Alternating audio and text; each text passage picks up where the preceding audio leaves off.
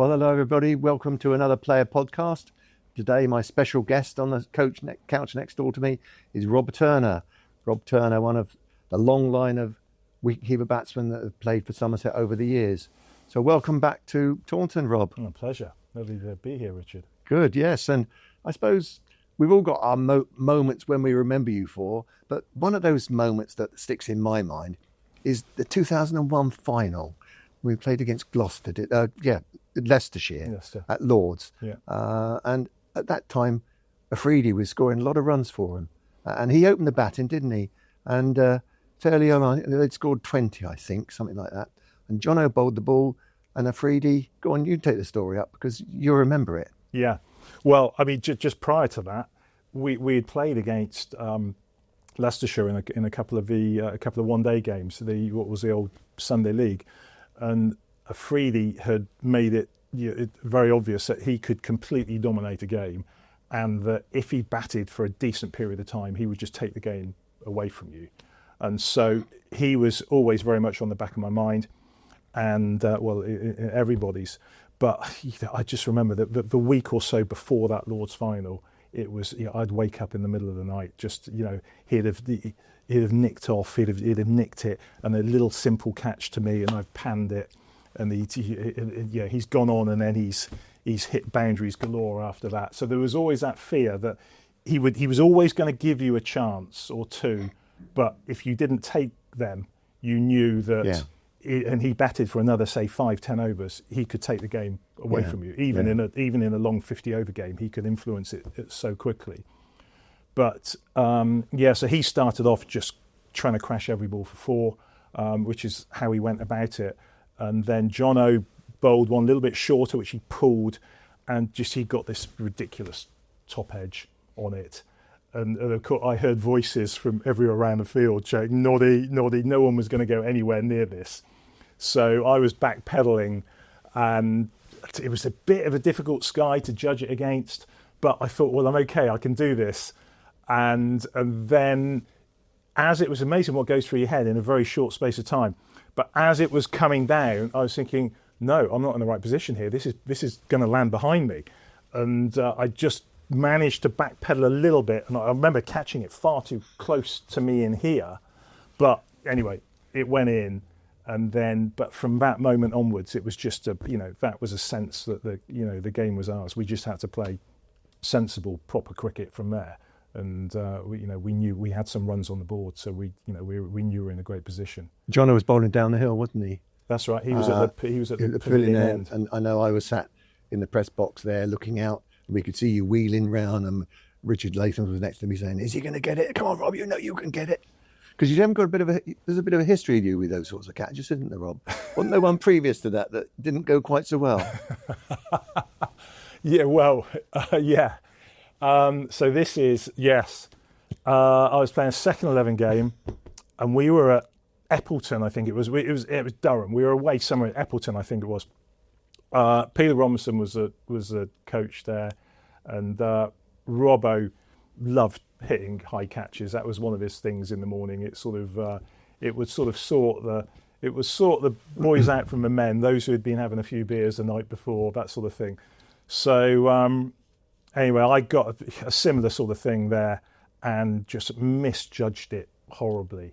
And then I've ended up having a bit of a dive for it, and I've dived completely the wrong direction, and the ball's landed over there. I mean, it's literally, a couple of metres. The ball's landed a couple of metres from where I actually envisaged it was going to be. So it was a complete and utter mess.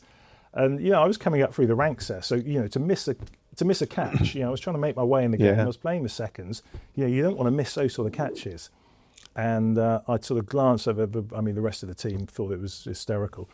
I remember glancing over at Robbo, who was sitting on a bench outside the pavilion, and he had the racing post. Remember, he used to do the racing post for a little bit of betting on the horses. Yeah. And all I could see was this newspaper just juddering as he was just laughing his head off, his head bobbing up and down every now and again from the top of his newspaper. But so fortunately that didn't come into my mind when I was under Afridi's catch. Otherwise, that might have put me off a little bit. Yeah, that was one of your moments in the sun, I must admit. But how does Rob Turner, a boy who was born in Malvern in Worcestershire, end up coming to Weston-super-Mare? What's the story behind that? Oh, that was my parents. My dad's jobs took us down into the West Country. Yeah. And we ended up living in Uphill, which was just around the corner from Weston Cricket Club. Yeah. So my dad joined there, and I basically lived on that ground and still do. And since I was only a few months old when we came to Weston-super-Mare. So that's been my club, and it's. When did you first don their colours? Do you reckon? When did you first play? I played. I mean, they play a lot younger now, but I played my first proper game. It was those Barrington Rules games. Yes, you bat in pairs. 200 on the board. Yeah, that's right. That's the one. Yeah. So, but it was under 13s was the first team. So I used to go to all the practices. It was great. I think it was on a Tuesday night. All the kids get together. They'd mark out all these little wickets around the outfield, and that was at a time when all the first team would come in and they would coach all the young kids. Yeah. And these boys used to idolise being there on a Saturday playing first team cricket, and they would come in and do the coaching. And so I was doing that since 8 years old. But then the first game I played under 13s, and I was 10. So I was in that side a few years young, and I can't. To be honest, I can't remember how I did in that game, but I just remember it being a massive occasion to step out onto the field for the Weston-super-Mare under 13s. And you're the youngest of three brothers? Yes. Yeah. And your older brother is a wicketkeeper as well? Simon, the middle brother. The middle brother, not the older brother. Eldest brother's Richard. Yeah. So they've all come through the ranks at Weston. They've all captained, all three of us have captained Weston first team in our time. And my dad was chairman of the club and played many, many years for Weston. But Simon, my middle brother, he was really the reason why I took up wicket-keeping, because I used to watch him and I used to think, that looks pretty good fun. And also it was just a way of being involved in the game and not standing around the air for potentially getting a bit bored. So I copied him in all sorts of directions. Football team we support, that sort of thing. So and of course he got plucked out of club cricket and ended up playing a couple of seasons here at Somerset. But that was the likes of Viv and Both and Joel. Yeah. So he was plucked out of the changing room at Weston, scoring millions of runs for Weston in the league, and then Trevor Gard had broken his thumb. Straight into county cricket here. Interesting. Ian Botham standing next to him at first slip. Brilliant. Keeping wicket to Joel Garner. Yeah. So an amazing experience for him. Absolutely. And obviously you went to school locally and went to Broad Oak. Went to Broad Oak School. Yeah. And obviously outstanding as a cricketer at that age group. And you were offered a place at Millfield? Yeah. Yeah. So, I wouldn't say I was outstanding as a cricketer. I enjoyed cricket. And I was okay at it, but when I was never an outstanding player coming up through the youth teams at Weston, I was just one of the team. Yeah, I wouldn't say I stood out at all. Maybe as a wicket keeper, but not particularly as a batter. No. So I was applied to Millfield. A teacher at Broad Oak School said, maybe you should have a look at going to Millfield, so that was pushed us in that direction, and I ended up getting a bursary there, and then the cricket took off from there. I remember playing in my early days when I first got into the first team at Millfield, and I was keeping wicket, but I was batting at 10. Right. And we were playing away at Sherborne. And I came in at 10 and we were in real trouble. And I'm batting with Jonathan Atkinson. Atkinson, son of Colin Atkinson, the Colin Atkinson Pavilion over here. So, and at that time, Acco was very much involved in the Somerset setup. Yeah. He had played the odd Sunday league game for Somerset as a school child. So he was an incredible player. Anyway, I'm batting with Johnny and I've come in at number 10. And we're in all sorts of trouble. And I ended up getting 50 odd not out and supporting Acco, who could just smack it everywhere. And we ended up winning the game against Sherborne. And from that point onwards, I then got escalated from number 10 to opener. Right. And we played in a game, and I think it was the next game. We played in a 2-day game against Welsh schools. And I opened the batting, and I got 100. And so that was it, really, for my school career. Right. Yeah. I was then become an opener and keeping wicket as well. So, yeah, I mean, and obviously gaining a lot of experience from playing that sort of level of cricket. What happened when you left Millfield School? I did a year at. Well, I was an undergraduate apprentice at Rolls-Royce. Right. Yeah. I did a year there before going to university. Okay. And I was 4 years at Cambridge, at Magdalen College, Cambridge, and I was desperate to get into Oxford and Cambridge purely because of the cricket, because they were playing first class cricket status at that time. They were playing against all the counties, and I just saw that. I mean, I wasn't good enough to be taken on by Somerset at that age. Right. And if I hadn't have gone on to university and Somerset had sort of had a look at me, I was playing some under-19 stuff and that sort of thing. But I wasn't a mature enough cricketer at that stage. You know, I don't think I would have made it up to the next level. Right. But going away to university and playing at that level, I'm playing. Michael Atherton was my captain. I was going to say, you played with some pretty prominent people, didn't you? Yeah, very much so. I mean, Steve James at Glamorgan, who then went on and played for England. So that was great, and gained a lot of experience from that. Somerset said, well, we're following you, what you're doing. I was in my summers, I was going back and playing second 11 games for Somerset. Peter Robinson was keeping in contact. And I did 3 years. That was my engineering course. I stayed on and did an extra year, again, to continue the cricket. I was playing some minor counties cricket for Cambridge. For Cambridge, didn't you? Which was brilliant, because I'm playing with Essex players Stuart Turner and J.K. Lever. Absolutely, and they were just brilliant to be around. Yeah. So I had a couple of seasons playing Cambridgeshire, which was great.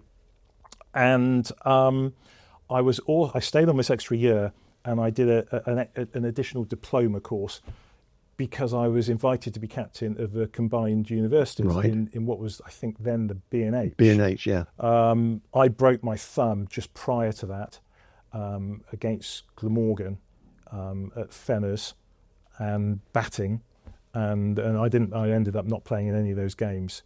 Nick Knight actually came in and took over as captain. Yeah. But you captained university, didn't you? And the Lord's game? Yes. Yeah, captain university in that final year. Yeah. So that was a lovely experience as well. And then what about at the end of your university experience? What happened then? Well, I got taken on by Somerset. Yeah. And so what's that going to be? 92? This is 91. Yeah. Got taken on by Somerset. Yeah. Started off playing some second team games, and then it wasn't until 93 that I got into the first team as a keeper. Yeah. More of a sort of secure place. I played the odd game prior to that. Neil Burns was the regular keeper. Keeper. Yeah. Played a couple of games. I played in an out game against Glamorgan and did okay. Got batted about 7 or 8 or something like that. Didn't keep wicket. Got 20 odd in one innings, 25 not out, I think, in one innings towards the end of the innings. I played another game here against Notts and batted at 5 and ended up getting 100. So, I remember being very lucky, because I gloved one. They had a short leg in and short delivery. Can't remember who it was bowling. And I've gloved it up here, and it's just looped up off my glove. Right. And I thought, well, it's just going to short leg under the helmet here. And short leg was just looking around a bit of the peak. He couldn't see it. And I got away with it. And then the ball just landed on the ground. And I ended up getting 100. Wasn't that the game where 3 of you got tons? Yes. Tav and Richard Harden. And you. You were not out I think. Yes. You were, weren't you? Yes, I was not out because once we got to my 100, then Tav declared. Yeah, yeah. That's right. I remember Yeah. that game. So that was a huge, huge boost Yeah. because I think it then made people realise I was scoring runs in the twos, but it sort of made people realise that, well, actually, I could step up to this position. And then it evolved that the wicket-keeping position came available, and so I just, that was my way in from there. Yeah. I mean, and let's just backtrack a moment. I guess you watched a lot of Somerset games at Clarence Park. Yes, indeed. Can you remember those sort of the people who were sort of the stars that you would sit in front of the signboards looking at and watching the board ticking over? Yeah. Well, I mean, that's going back to the the likes of Viv and Joel and Ian Botham and Vic Marks and Popwell, Alan Mosley. All that. I mean, it was just that's going back to that golden era, isn't it? I mean, that was just amazing to go and watch county cricket at just round the corner from where I live. And what was lovely is that, and I think this is probably in 92, before I was sort of got established in 93, I played, it was the last festival. Nick Folland was just taken on. Yes. To start the following season. Yeah. And there were 2 championship games there. Nick played in one of them, I played in the other as a batter. They let us play in one game each. Yeah. And I played in the game against Hampshire, and Malcolm Marshall was playing. So I played. So that was amazing. Some brilliant players you played there. Face him.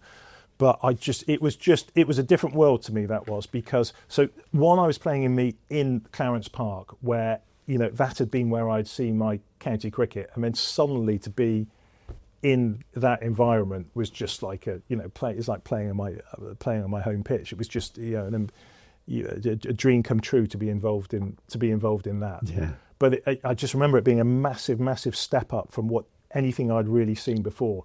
Marshall was he still had some pace, but he would swing it at will both ways. And Chris Tavrow just batted brilliantly that day. I mean, he was just he just middled everything. He could hit the ball so hard, and it was it just made it look easy. And I was just playing and missing. I didn't know which way it was going to swing. And he said to me in between overs, he goes, well, just as he's in the, because he comes in and he was hiding the ball. He goes, well, you've got a split second here, and you should be able to tell which side the shiny side's on from there, so you know which way it's going to swing before he's released it. So this is Tav. I'm thinking, my God, I can't, how is he seeing that from 22 yards away? Yeah.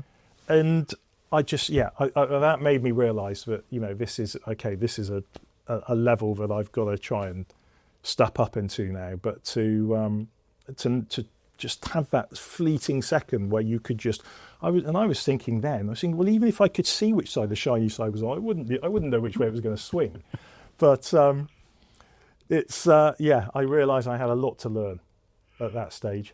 But lovely to be part of that festival. Let's go back now to sort of where we were before. You became sort of semi-regular in 93, didn't you? When you were keeping to Mushy. And you were keeping to Caddy. Yeah. Both really in their pomp, weren't they? Yeah. I mean, what was it like?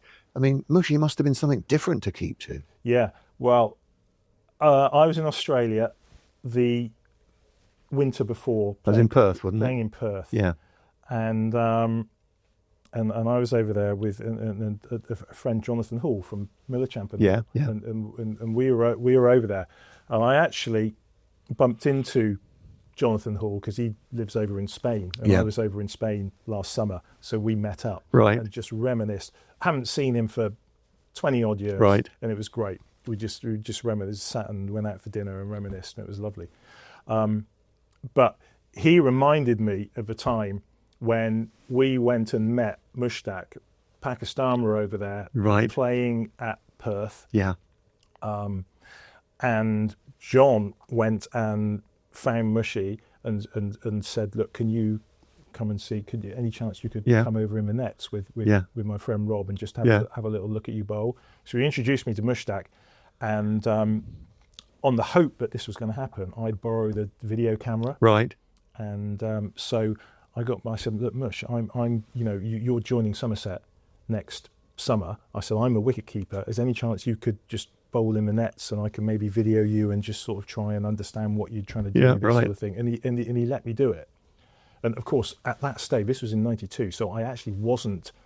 Neil Burns was actually the keeper at that stage, so I wasn't fully established as a keeper. But he didn't need to know that sort of detail. So anyway, I remember John I was trying to keep wicket to Mushy, and he was spinning it everywhere. And John stood behind me with his video camera, just pleading that I'm going to be able to take the ball. And I missed a couple, and it just flew past the camera that John's holding here, and would have just hit him straight in the head. But that was really useful. So I got a videotape, one of those big VHS. Yeah, I know what you mean. Yeah, and I spent the whole of the winter just studying, Yeah. and he taught me through all his deliveries and how he releases it. Releases it from different heights up here, from behind his head, out wide here, and when he tries to bowl his flippers and that sort of stuff. And so he was able to really give me an insight into what I was looking for in his bowling, and I must have studied this video for endless hours, just watching the position of his hand and trying to gauge what he was trying to do. So when you actually kept to him, you were semi-ready. Well, yes. I mean, you never quite know what's going to happen, but yes. And there were plenty of times where I needed a really good background behind me to see his hand properly. Yeah. So I've got Richard Harden standing at slip, who's every now and again I'll misjudge it, and Dick will say, well, just watch the ball spinning in the air. It was a bit like Tav saying, see which way it's going to swing. But everything happened so quick with Mush, and I could see the ball spinning in the air, but that wouldn't always compute as to which way it was going to turn when it hit the ground. So I had to pick things from his hand and understand the position he was bowling at from his hand. And there were plenty of times when the background wasn't really conducive to me picking his hand out clearly. So I'd be straight onto the captain, whoever it was, Peter Bowler or Andy Hurst, whoever it may be, and just say, I think Mush would be better off the other end. I think he'd get more purchase from bowling the other end. And more often than not, they'd do it. It would be me because I'd want a better view of his hand. Yeah. So it was, that was amazing times with Mush. And then obviously him at one end and Caddy the other end. I mean, what's it like keeping to Caddy? Well, Caddy is a dream really, because he just, to the right-handed batsman, he shapes it naturally away from the right-handed batter. You know where the ball's going to be. That's really where I sort of developed my technique for standing quite open towards sort of cover, because batsmen were going to edge it in that direction. So, I would just stand quite open because I knew that was my area that I was going to be launching myself into. So, but just, I don't know how many catches I've got off Caddy, but it must be a fair majority of the catches I've taken in first class cricket. So, but just to dream the shape and the bounce that he gets. That's another thing, the bounce. Whereas you've got someone like Paul Jarvis, who was very skiddy and everything happened low. Caddy just had this lovely bounce to it, and you just had time to get in position and watch the ball. Because he regrets the fact that Mushy got that 10th wicket, didn't he, when Caddy got his 9 for 32. That's right. He doesn't describe Mushy very friendly. You can imagine. Yeah. But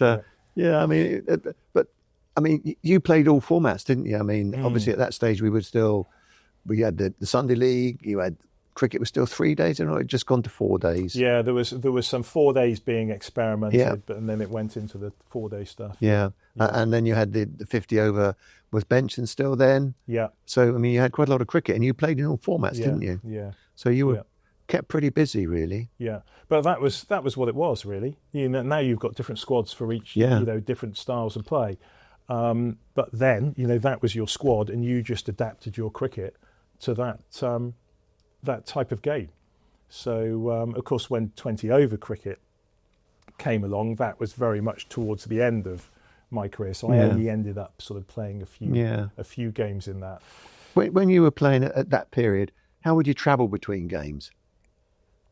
Most of the time we were just in pairs in cars. Driving. Yeah, we were just driving in cars. So yeah, I don't remember of us ever going anywhere in a coach. We would just you would either choose or be told who you were travelling with for that game, and you would just make arrangements. Sometimes we'd have to get up there for a championship game the day before for a little net at sort of like 4 o'clock, or sometimes others we just had to be there. So we were there for the evening and ready to start the next day. Who did you travel with? Anybody in particular? Richard Johnson, quite a lot. Right. Mushtaq. Yeah. But Jono, yeah, I mean, Jono became, a great friend of mine, Yeah. and we roomed together. Well, I roomed a lot with Mushy, Yeah. which was a lovely experience. So I sort of had to look after Mush and get him home in the evening after the odd night out, and get him to the ground the following morning. So yeah, I was sort of Mushy's chaperone. But then when Jono came along, so I was on an MCC tour over in Canada with Richard Johnson, and I knew Kevin Shine had been discussing with Jono about joining Somerset. Yeah. But certainly it wasn't a done deal. No. And I'd not met Jono before, and we were on this MCC tour, and we just gone on like a house on fire, and we just spent the whole time together, just chatting and enjoying stories and having the odd drink, and Jono. And to be honest, I didn't sort of sell Somerset and say that you've got to come and be. Of all of our endless hours eating and drinking together on this tour and playing cricket together, we didn't really discuss that. We just had fun together. And anyway, he came back from Canada, and Shiny said, "Well, what's happening with Jono? Is Jono?" And I said, "Oh, I sort of didn't really mention it." Anyway, a week later, Jono had signed. But apparently what the proviso was that I had to be his roomie. Okay. So we became roomies then for the next, I'm not quite sure how many years, but quite a few. Yeah. Which was until the end of my career. Yeah. And you did a tour with Marcus, didn't you? Bangladesh, New Zealand? Yeah, I went on the A tour, the England A tour with Marcus. Yeah. So that was interesting. Bangladesh, an incredible place. But tough conditions to play cricket out there. But just the atmosphere out there, and the obvious enjoyment of all these kids just watching cricket was just fantastic. I mean, our bus everywhere we went was just mobbed by, thousands of kids just, in awe of the fact that we're over there playing cricket, and it was lovely. That was great, and of course that was Marcus's sort of first. Yeah, absolutely.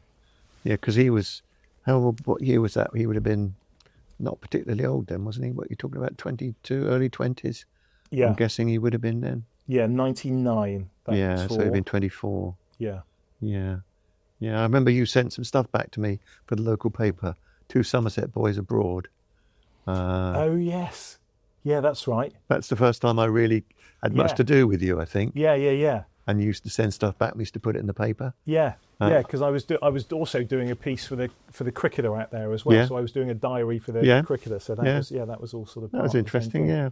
Let's now move on to the 2001 year, which is probably the year that most people will remember a lot of the things that you were involved with. Yeah.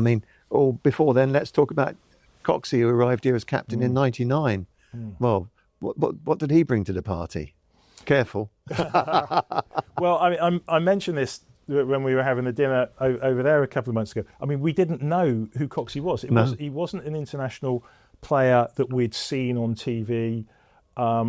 We just knew that he obviously came with a very good reputation, but hadn't played international cricket for Australia. And it's very, very difficult to just come from overseas and just come into a side and not know who your players are and captain it. But it was very evident from a very early stage that he was an amazing cricketer. But he also showed, a huge amount of tactical nous, but also just a lovely bloke. And so, you felt comfortable, you felt at home. And it was at the time when Dermot Reeve was here, and they formed a good partnership in terms of in terms of belief, in terms of self-belief, believing your own ability, but also the belief in the players around you. Everyone knew their part in the team. And if you didn't quite come off and succeed on that day, you knew the next man was going to come in. You knew what he was capable of, and he would do that job and see you home. So there was just an incredible amount of belief amongst each other and each other's. And that's lovely when you're out there in the field and you know the whole team totally on your side, know how you're going to play, what your style is, how you're going to react in different situations. And brought that real lovely sort of unity to the side. I think you see that now with the Somerset team, don't you? I mean, it's like that sort of family again. It is very much so. It's great to watch nowadays. And you got to Lords that year, didn't you? The 50 over final, which would have been Gillette then still, was it? Yeah, and NatWest. NatWest by then, yeah. We lost to Gloucester, didn't we, in the final? Yeah, I mean, that was a bad loss. We were chewing those totals up. That was halfway through the game. I think Gloucester got 230 or something like 220 maybe. I mean, that everyone thought that was just a walk in the park from there. And then I remember Coxey got a somewhat dubious LBW, which didn't help. But we still should have gone on and won that. But Gloucestershire were a formidable one-day team at that time. They were. So it was always going to be tough. But that was one where that was a missed opportunity. I felt. But it's still amazing cup run, and that showed that belief. I think it was a semi-final here against Surrey. And I mean, Surrey were just every player on their team was an international player. And they either with England and they had Sackling-Mush, that was their overseas. So they were England either past or present. And it was a phenomenal Surrey team, and they rocked up in the way that Surrey tend to do, thinking, this is just going to be a walk in the park against some of the Somerset bits and pieces type players. Did I remember the chief putting out chairs for the semi-final? I remember they put chairs on inside the boundary boards. On that side, didn't they? Yes, that's right. So the people were packed in. Yeah. Goodness knows what the crowd limit was in those days. But I remember being down here on the day before the match, helping the chief put some chairs around the boundary edges, which is quite incredible. And then, of course, you guys went out and delivered, and you beat Surrey and got to the final. No, that was incredible. I remember that day. The ball, and Surrey tried to change the ball went quite soft. And which at bowling was to our advantage because you had Surrey batsmen who hit the ball hard, and they were hitting the ball hard, but the ball wasn't going very far. So they tried to change the ball, and the umpires said no, the ball's absolutely fine. So we had advantages running our way that day. And then obviously we didn't get there, but 2001 we did, but it wasn't an easy ride, was it? We played Cambridgeshire in the third round, didn't we? Cambridgeshire, yeah. Away at March, I think it was it? And we were in a bit of bother, weren't we? And you went in and shared 2 stands, didn't you? One was with Mark Lathwell. Yeah, Mark Lathwell got 100 that day. Yes, he did.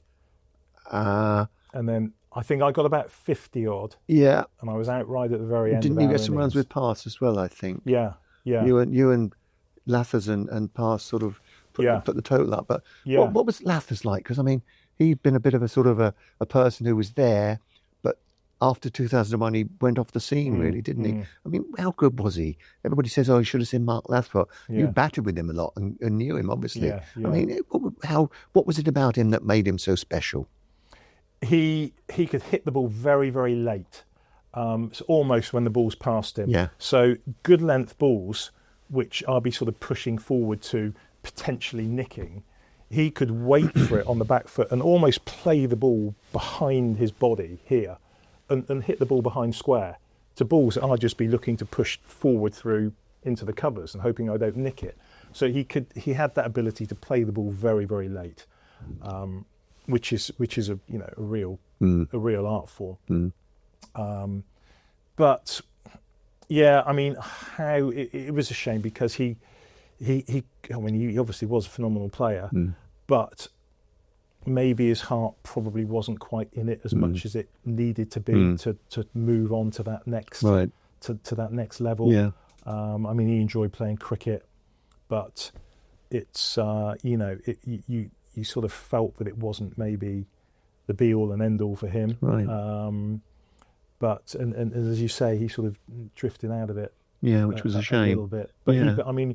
he batted really well in that Cambridgeshire game, and it was very much unlike Laffer's wicket because he liked the ball with pace coming onto the bat. Yeah. But to play on an outground where the wicket's going to be a lot slower, for him to score that 100 there was a fantastic, well, absolutely crucial. Otherwise, we'd have been going out in the first round. But as it was, we survived, and then we got to talk about that Warwickshire semi-final down there, haven't we? An incredible game. Yeah. When we were well out of that game, weren't we? Yeah. Can you just tell us about how you recall it? Yeah. I think Warwickshire only got around 230 as a total. So it was, again, an ordinary total, which we would expect to just knock off, especially at Taunton. I believe we were 3 down for about 6 runs. I think Piran, Holloway, Marcus was out, Piran was out. Might have been Peter Bowler. Bowles, I think, probably. We were 3. We were 6 for 3. Yeah. So that created a bit of panic. We regained a little bit. Jamie Cox was still in. I would have come in at 7 at 5 down, and I think at that stage we were over 100. We probably needed 130, 140 to win or something like that. But I was backing with Jamie Cox, and we weren't chasing a ridiculous run rate. All we had to do was bat, and the runs would come. And so I felt absolutely at ease at that point. Well, as at ease as you can do. But then Coxie got stumped, and there must have been 3rd umpires that day. Right. Because I remember having a mid-wicket discussion with Coxie, and I went down to him. I said, just chatting, thinking everything was okay. Keith Piper was standing up, took the bails off, standing up to one of their medium pacers, and he appeals for everything. And it went to, and I'm sure it must have been because Coxie came down the wicket, and I was just rabbiting on, and he goes, Nod, he goes, I'm in trouble here. And at that point onwards, I got that feeling that, this is now up to me. So it was sinking, yeah. I think it was, and especially when I looked up to the balcony and I saw Keith Dutch, walking down the stairs, and all I could see out of his helmet were these eyes like this, and he was just on I tried to talk to him, but he was just on a different. He probably had about 20 cigarettes waiting to come out to bat, and he was just So I tried to calm him down and say, look, just bat, Dutchy, just bat. We see this through. We're only chasing sort of 6 and over. Let's just work it around. And he just went out there and just tried to smash it everywhere. He got a couple of nicks. He was nicking it between the keeper and first slip. First slip was wide, and then it got to a point where I just let him go. These mid-over discussions were a complete waste of time. So, Dutchy, go and do what you want to do, mate. Just go and blaze it if you want, which he did do. And what did he get? He must have got about 69 or something like that. But I think we put on a partnership of 100. You did, yeah. And I think I got out just before the end. But by that time we were there, weren't you? Yeah, we were there. But just Dutchy coming down those steps. All I could see were these wide eyes, and just he was just going to do his own thing. And then, of course, the crowd would have erupted, wouldn't they? Because we used to have packed houses in those days, didn't we? Not that we don't now, but there always seemed to be more in the ground then than there are now. Yeah. Probably because the ground limit is that nobody cared too much about how many people were here. Yeah. No, it went berserk. It was an incredible feeling. Yeah, and a game that I was reminded of, talking about playing cricket up in the southeast, a game at Tunbridge Wells when you played a 45-over game. That was in 2001. Yeah. Where the match was going to be, it looked like Kent were going to win going into the last over. They wanted 12-13 to win. Yeah. We we needed 17 to win. Right. And the only reason I remember it's 17 to win is because we got 16 off it and tied. Yeah. So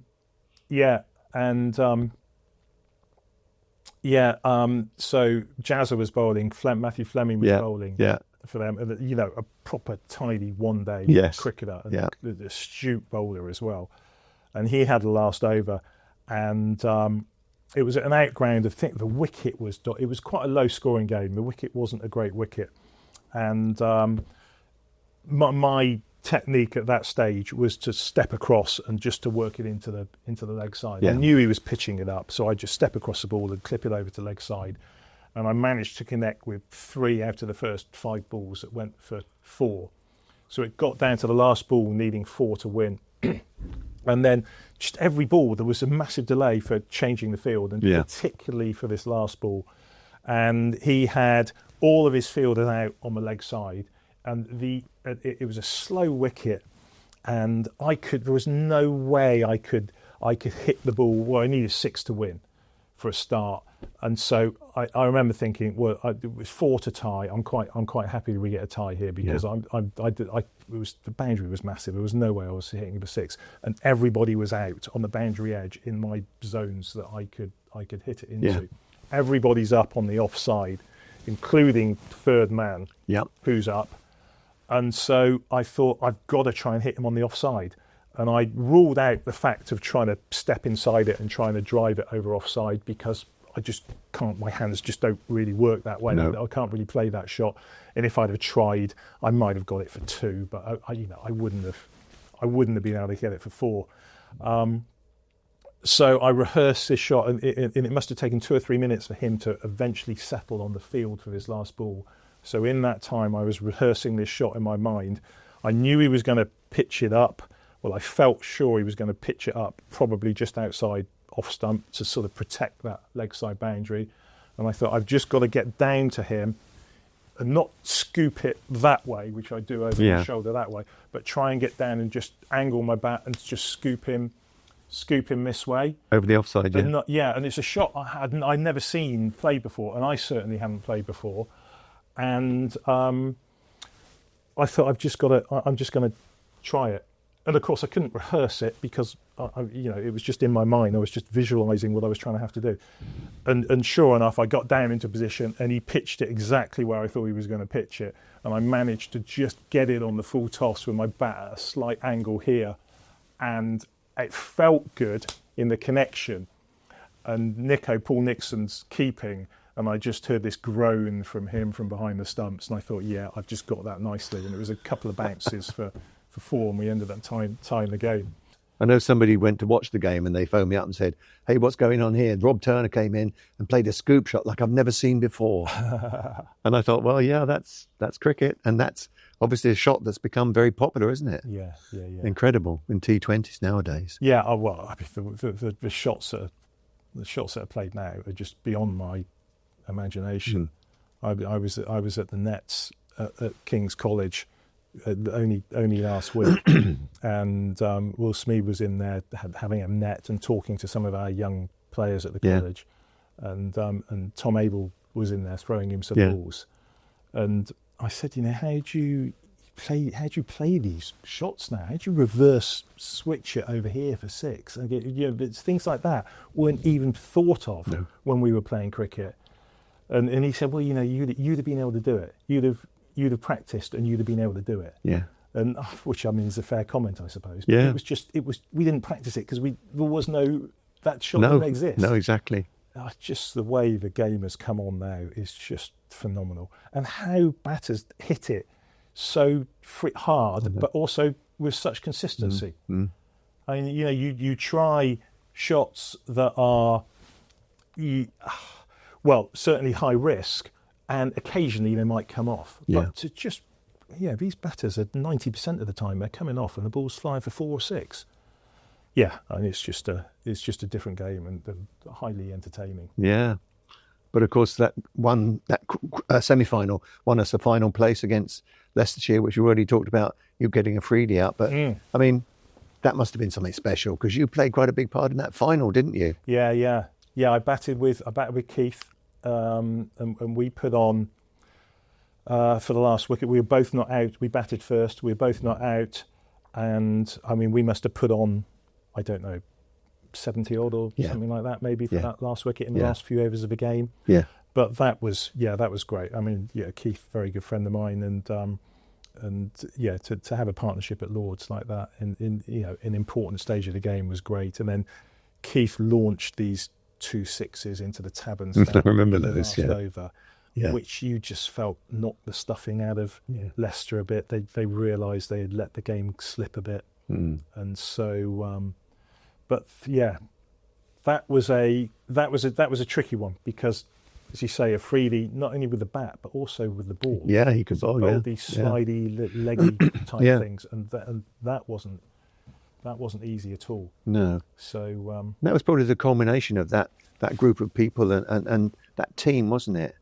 That I suppose people like Peter Anderson and Dermot and Shiny had all been part of drawing together. Yeah. And Coxey, of course, captained it. Yeah, but I mean, it had gone before Jamie arrived. The plans had been laid, hadn't they? Yeah, very much so. I mean, and Dermot being part of that setup for a few years, and he brought some amazing ideas, and he had analysed the way that cricket was being played in terms of who scored runs against the spinners, and the way Warwickshire was so successful is they scored a far higher rate per over against the spinners than any other county. And I mean, one of his first sessions in here was just getting us in the nets playing sweep shots, and we literally did it all day long. No one could walk the next day because everyone had gone in the hammy, just lunging into position and playing sweep shots. And it was then I realised, this could be a shot for me. But that's that belief that I was talking about when Jamie Cox turned up, and it was very much a thing with Dermot as well, installing that belief. Played a one-day game here, and spinner came on. There wasn't a fielder on the 45 degrees on the leg side, and I just played the first ball off the spinner, and Dermot remembered this, and I was, and then when I came in from batting later on, I think I did all right that day. I think I got a few runs, and he said, "Yeah, well played, Non. That's good." He goes, "Why did you waste the first ball against a spinner?" And I said, "Well, spinner's just come on. I thought I'll have a little look at the background, just check I can see him." He goes, "No. You can play the sweep. You're one of the best playing the sweep." He goes, "Why? There's a fielder wasn't there. Just sweep in first ball." He goes, "If you'd have got out, everyone would have said on the balcony, right decision. Everyone knew what you were going to do." Yeah. And then occasionally when you did get out playing that, he'd be at the top of the steps saying, "Yeah, knew what you were doing. Right decision. Just didn't quite execute it right that time. Come over in the nets with me. I'm just going to chuck you a few balls." But it just gave you the belief that next time you go in, you've got the backing of the pavilion to the changing room to go in and do it. And then when you've got that, you 9 times out of 10 you execute it perfectly well. And he brought Daz with him. Yes, Daz. Darren Vaness. Yeah. I mean, that was a whole new phenomenon, wasn't it? Yeah. Well, it's like a personal masseur, basically. Yeah. But I mean, Daz has just gone on from strength to strength, hasn't he, with his strength and conditioning? Yeah. And just he's up there now as one of the leaders in the country in terms of not just for cricket, but I'm talking about all sport. Yeah. He's very high renown now for his expertise in that field. But that was a team, though, wasn't it? That 2001 team. You had all the bases covered, didn't you? Yeah. You think who was in that team, who played in that final particularly? Yeah. I can still see Stefan cheering when he got the last wicket out. Yeah. It was. I mean, okay. You had Marcus, you had Andy Caddick. I don't. It wasn't like a team of superstars. It wasn't like turning up against Surrey, who felt like it was a team of superstars. You just bits and pieces players who managed to play their role to the best of their ability, and with confidence. Knew their role. Knew that whoever was coming in next, or if a particular bowler didn't come off on that day, you knew you got options, and other bowlers were going to come in and do that job. So it was just, it just meant there was no panic. It just meant that you knew your roles, you knew other people were capable of their roles, and you just perform to the best of your ability with confidence, because you knew you had the backing. And none of you were particularly youngsters, were you, No. in that team? You didn't have any sort of, teenagers in that team. You all sort of people who played for a little while. Yeah. So you knew each other's games and knew your own game. Yeah, indeed. Which must have made a difference. Yeah, and we'd been together. And I suppose the fact that we're playing Championship cricket together, we're playing Sunday League 40 over, we're playing 50 over. We're playing all formats together, so we're literally living in each other's pockets for the whole of the season. So we got to know each other really well. What was it like to win at Lord's in 2001? Well, remarkable. Yeah, it's difficult to describe what that feeling is.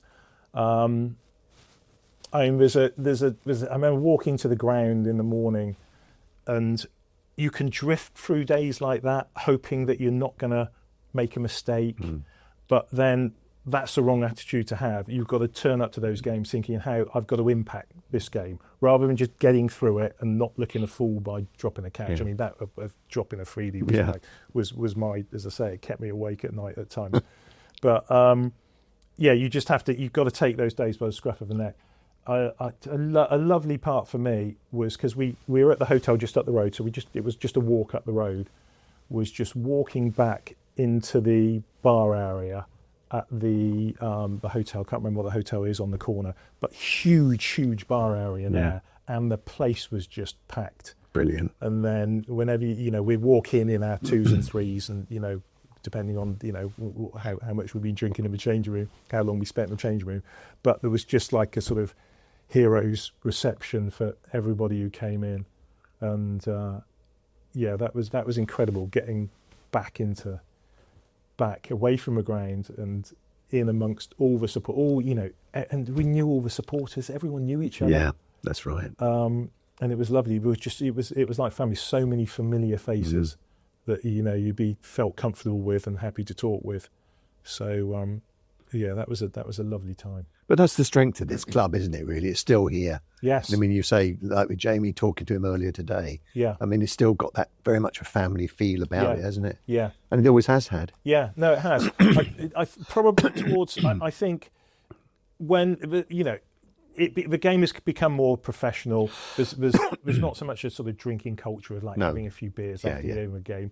It got to a stage, I felt, towards the end of my career, where it was like, you get into your tracksuit and disappear back to the hotel or whatever. Your players, even if you're at home, just get straight in your car and go. Yeah. Whereas before it was shower and change, get into the bar area, and then the supporters will still be there, and you'll also have good chats with the Oppo. They would all come down. For a while, I felt that went, but I mean now I watch the players and they're just out here signing autographs on the side, chatting with people, and being available. Probably for a while, I think that might have just drifted off a bit, but certainly now it's got that feel about it again. Okay, brilliant, Rob. Thanks for coming to talk to us today. No, I'm sure that people who watch this will have enjoyed your trip down memory lane and some of the games that you've recounted in detail as well. Thank you very much indeed, Rob, for being here today. Pleasure. Thank you. Thanks for